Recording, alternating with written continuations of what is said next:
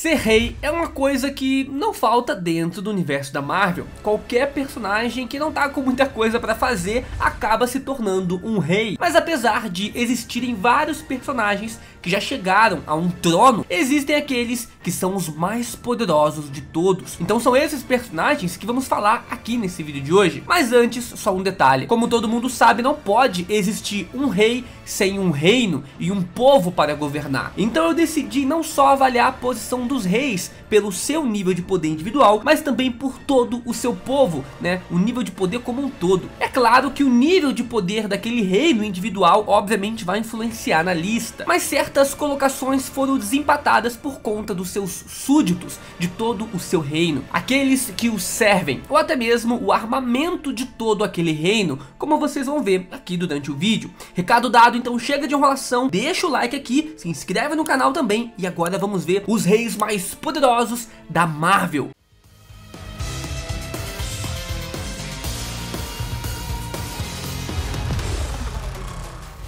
Para começar, a 11ª posição temos o Namor. O Namor é o próximo grande personagem a ser apresentado no MCU, mais precisamente no próximo filme do Pantera Negra.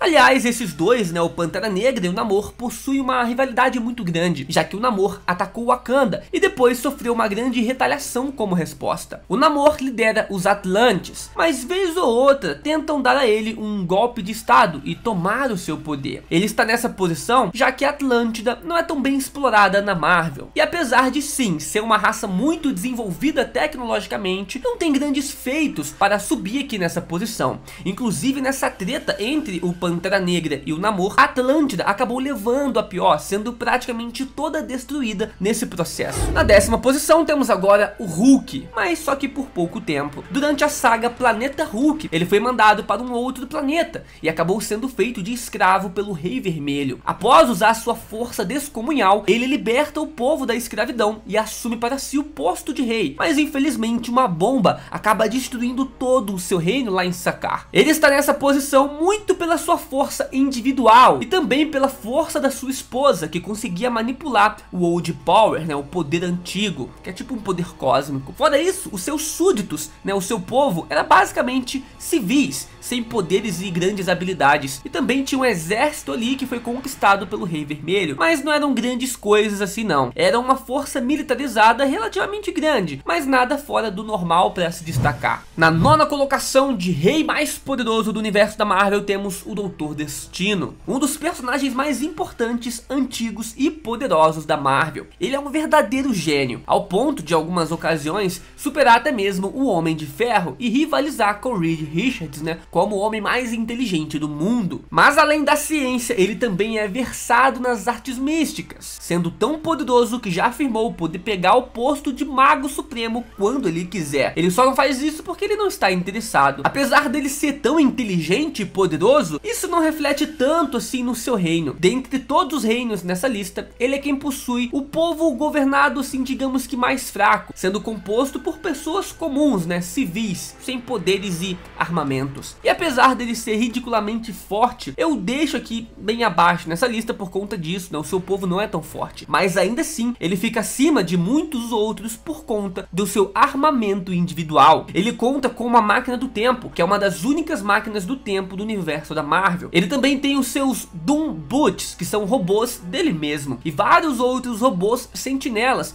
que ele criou para enfrentar mutantes, ou então uma armadura que acaba roubando poderes. Seja como for, ele sozinho possui capacidades para defender todo o seu reino, ou então conquistar outros reinos. Na 8ª colocação de rei mais poderoso do universo da Marvel temos agora o Vulcano. O Vulcano é um mutante de nível Ômega, e ele é irmão do Ciclope, e um antigo aluno do Professor Xavier. Quando ele foi apresentado nos quadrinhos, ele se mostrou um dos mutantes mais aterrorizantes que já existiu. Ele pode manipular energia, o que permite desligar poderes de certos mutantes. Ele também pode viajar livremente pelo espaço e também possui habilidades de criar construtos de energia. Usando essa habilidade de voo interestelar, ele já conquistou todo o Império Shi'ar. O Império Shi'ar se trata do reino com a maior expansão pelo universo, além de contar com súditos como o Gladiador, que é um dos maiores pesos pesados da Marvel, é um herói muito poderoso. Nessa fase, cara, o Vulcano, ele era um dos personagens mais influentes e poderosos que já existiram nos quadrinhos da Marvel, pois além de ter súditos poderosos, um dos reinos mais vastos que já existiram, ele ainda era um mutante de nível ômega, ridiculamente poderoso. Ele chegou a lutar contra o Raio Negro sozinho e derrotou toda uma equipe dos X-Men sem dificuldade nenhuma. Eu acredito que por conta de tudo isso, né, o seu título de mutante nível ômega, todo esse Império She-Ra, eu acho que essa posição aqui na lista é muito justa para ele. Em sétimo lugar temos o Rei Pantera Negra. O Pantera Negra é o líder do povo de Wakanda, a nação mais avançada tecnologicamente do planeta. Toda a sua cultura é baseada tanto na ciência voltada para o estudo de vibrânio, tanto também da magia, graças à ligação com o deus Bast, o deus Pantera. Apesar dos civis wakandanos serem apenas humanos comuns, ao contrário da maioria que apareceu ao longo da história, eles não ficam abaixo de quase ninguém. Quando Thanos apareceu na Terra, Wakanda foi o único país que ele não conseguiu invadir. E quando a Shuri se tornou rainha de Wakanda, ela fez uma investida contra Atlântida, deixando a cidade marinha devastada em apenas uma noite. A tecnologia e uma fonte quase infinita de vibrânio garantem que o Pantera Negra seja o líder mais poderoso da Terra. Isso sem contar que graças à ligação com a deusa Bast, utilizando a flor, né, coração ali, o Pantera Negra ganha uma força e agilidades sobre-humanas. Sem contar que se o Pantera Negra utilizar os poderes cósmicos, né, se fundir com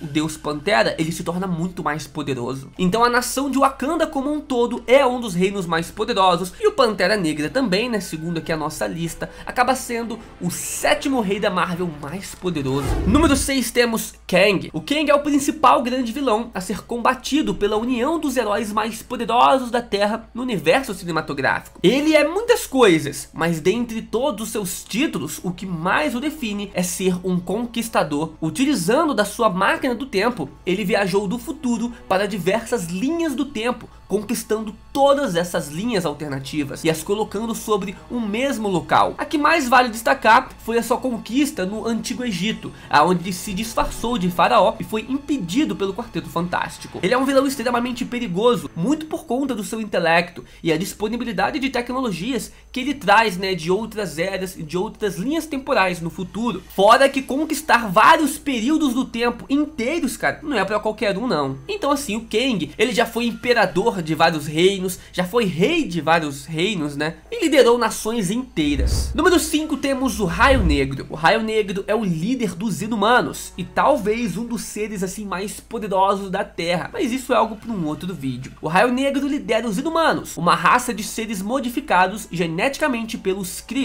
enquanto eles buscavam evoluir a própria raça. Os Inumanos são diferentes dos Eternos pelo fato de cada um deles possuir apenas um único superpoder, algo parecido com os X-Men. Também são extremamente avançados tecnologicamente, ficando quase invisíveis para a humanidade com seus escudos e proteções. A carta na manga dos Inumanos é o próprio Raio Negro. O seu poder consiste na sua voz. Quanto mais alto ele fala, maior o seu poder. Os seus feitos são vastos, desde abalar o Galactus ou até mesmo destruir uma horda inteira de celestiais com apenas a sua fala. É realmente perigoso enfrentar esse cara. Até mesmo o Sentinela, que é considerado o Superman da Marvel, já evitou uma briga direta com o Raio Negro. A sua cidade é tão avançada que já foi capaz de se transformar inteira em uma nave, aonde o Raio Negro partiu para depois conquistar o Império Kree. Imagina, cara, uma nave do tamanho de uma cidade inteira com um armamento que utiliza os poderes também do Raio Negro. É incrível, né? É por isso então que o reino do Raio Negro, né, e ele está aqui nessa posição. Em quarto lugar temos o Loki. Quem não acompanha os quadrinhos não sabe, mas o Loki é sim o rei, cara. Não de Asgard, mas sim de Jotunheim, o lar dos gigantes de gelo. Lembrando que o Loki é filho adotivo do Odin,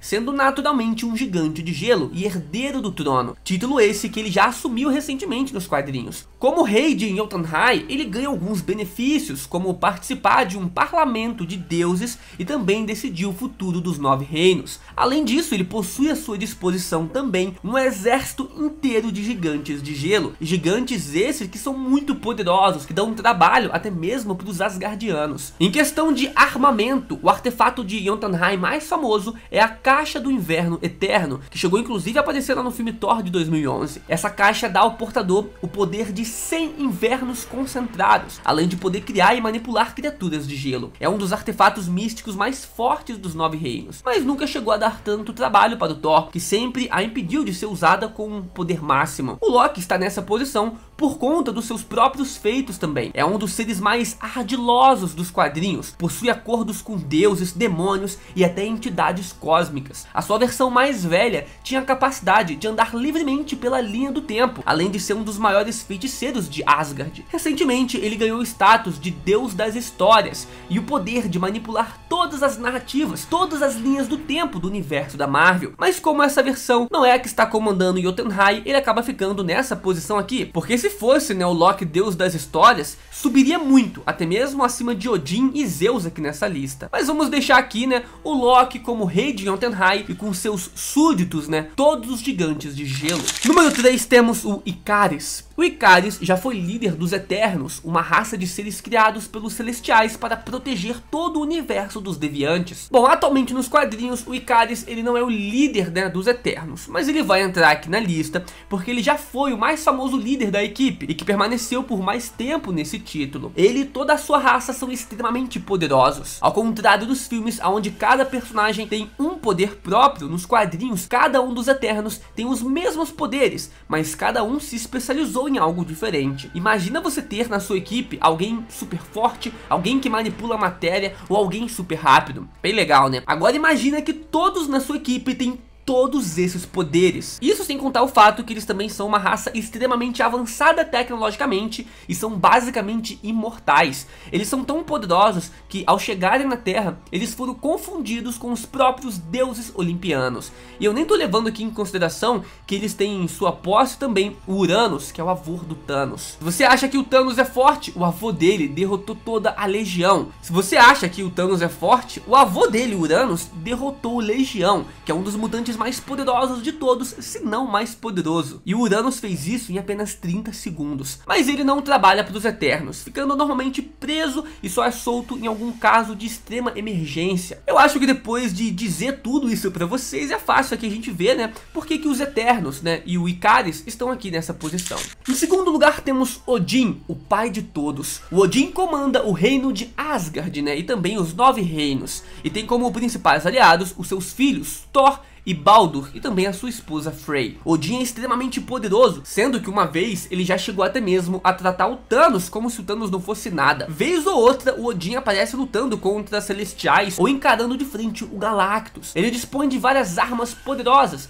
como o Destruidor, que foi feito especialmente para destruir Celestiais, e a sua lança, Gungnir, e também o Mjolnir, que antes de pertencer ao Thor, era do próprio Odin. Apesar, é claro, do Odin nunca ter conseguido manejar o Mjolnir com tanta maestria quanto o seu filho Thor. O Odin só não está na primeira colocação porque eu estou analisando o reino como um todo, como eu disse lá no início do vídeo. Obviamente, em nível de poder, o Odin seria superior aos Zeus, né? Porém, os principais servos de Odin, como Heimdall, Sif, né, não são tão poderosos quanto seus filhos, né, no caso como o Thor. E não são todos os Asgardianos que são muito poderosos, né, a maioria tem um poder assim bem comum.